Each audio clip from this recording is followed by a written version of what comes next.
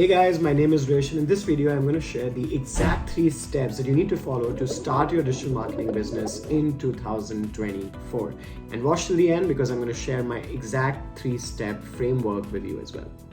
Who should be starting an agency and who should not? So what's the agency business good for? The agency business is good for 3 major things. The first one is cash flow.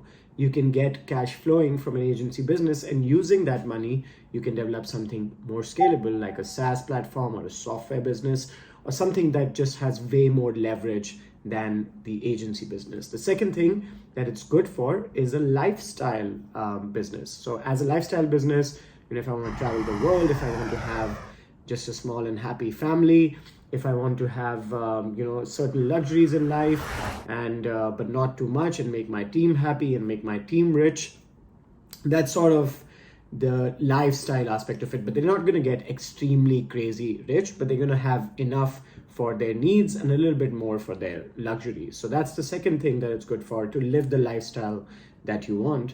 And finally, the third reason why the agency is good for, and don't get me wrong, is for learning and experience. Now, everyone knows what needs to be done. When you look at digital marketing, the ecosystem, when you look at different channels, how do you acquire clients? How do you retain clients? How should you send your emails? How should you run your ads? How should you manage your social media platforms? How should you write content?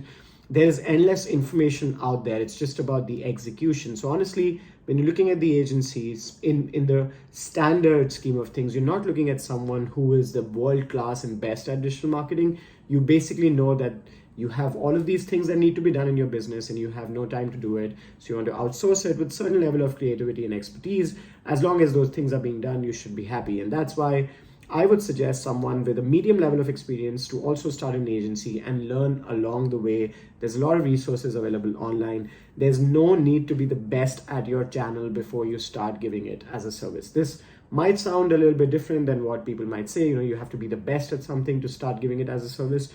But actually that's not true, because most of the things are the fundamentals that really matter, and people are not doing the fundamentals consistently. So if you come in as an agency and do the fundamentals consistently, you've already achieved like 80%, and then you can keep learning and stacking on top of it to get the additional 20% of the input for the customers. Now, those are the things that the agency business is good for.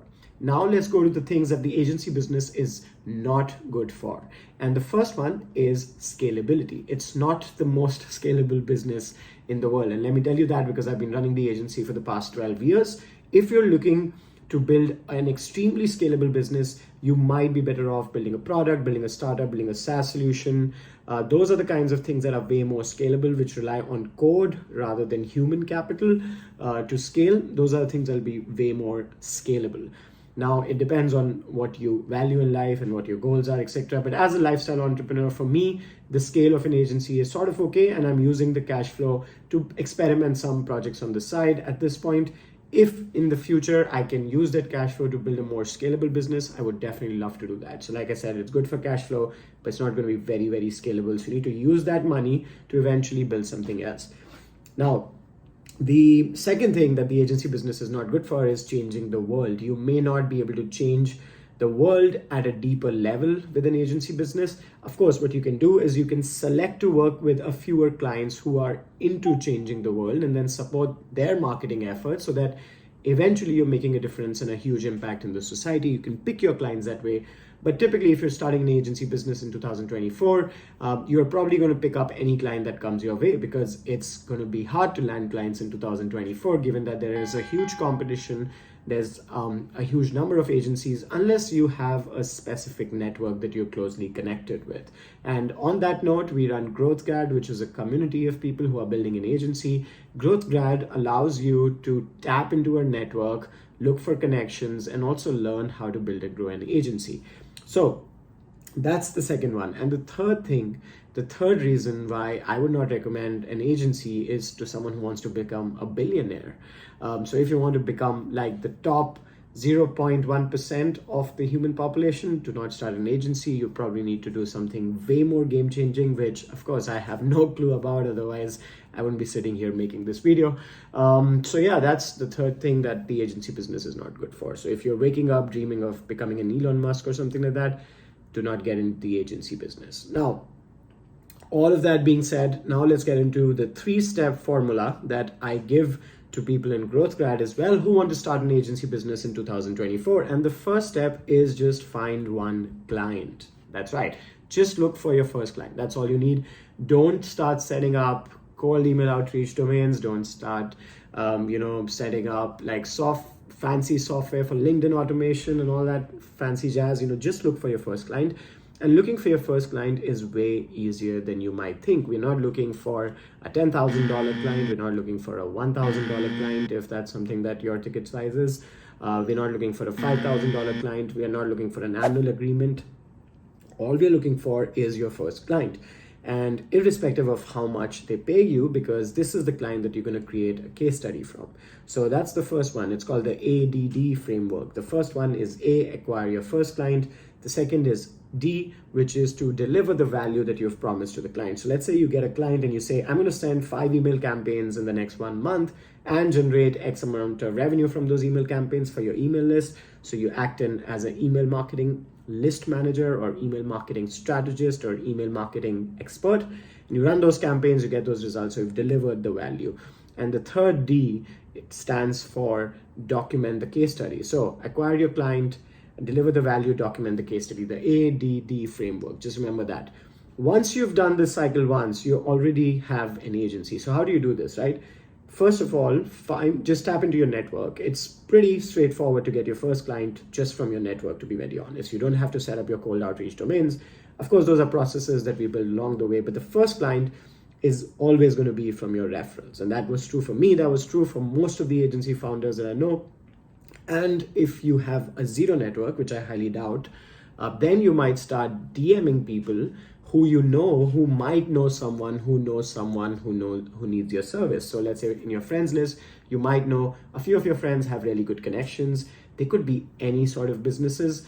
Honestly, you don't have to start documenting your niche and your target client persona and all that. All of that is a distraction. Just focus on getting your first client initially. We'll do all of that as we progress. Because when you do all of this, you're basically limiting yourself, and then you're going to be sold on all of these courses of how people build an agency and grow an agency, and then you'll be watching those courses and you'll be watching those YouTube videos. You'll be entering that rabbit hole where it's like, this is the best niche. E-com is the best niche, for example, but e-com is way too crowded. Or for example, so you need to get XYZ, like these courses and these tools, etc. And you don't even have to get a community subscription. Like I'm saying this even though I run a community, because I tell people, if you can do this ADD, then you're probably going to be more valuable to my community. So do this first. Before you do the ADD, you do not need a course. You do not need a community subscription. You do not need a mastermind at all, because once you get into the mastermind, it's way more distracting. Once you've done your ADD, you've got your first client through your network, and then you've delivered the value.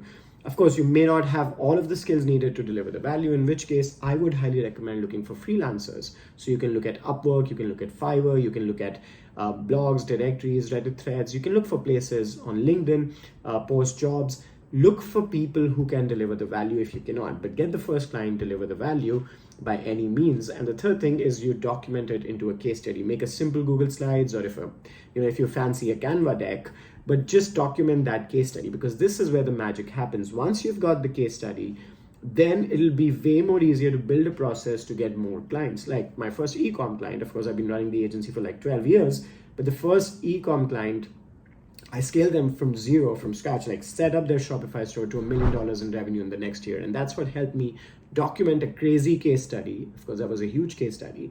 And before that, end of that 1 year, I did not get any new client.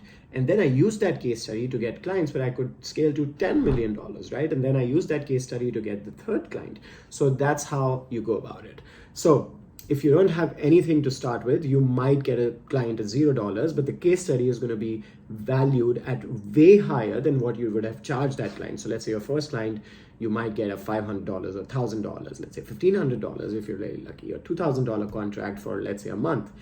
But if you do it for $0 and you get a case study, that could be worth $10,000 or $20,000 the next month, because you can use that case study and now do outreach to that particular industry for businesses who are seeking similar results. So that's the ADD framework, and that's really the secret to starting your agency in 2024. So if you're interested and if you would like to learn more, execute the ADD framework first, because there's nothing else to learn more, to be honest. But if you have any questions, ask in the comments.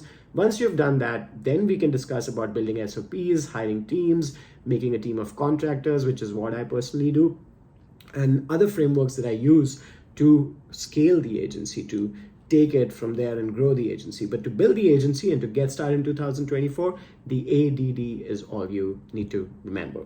So I hope you found this video valuable. If you want more videos like this on how to build and grow an agency and anything about the agency business, let me know in the comments and I'll make more of these. Thanks.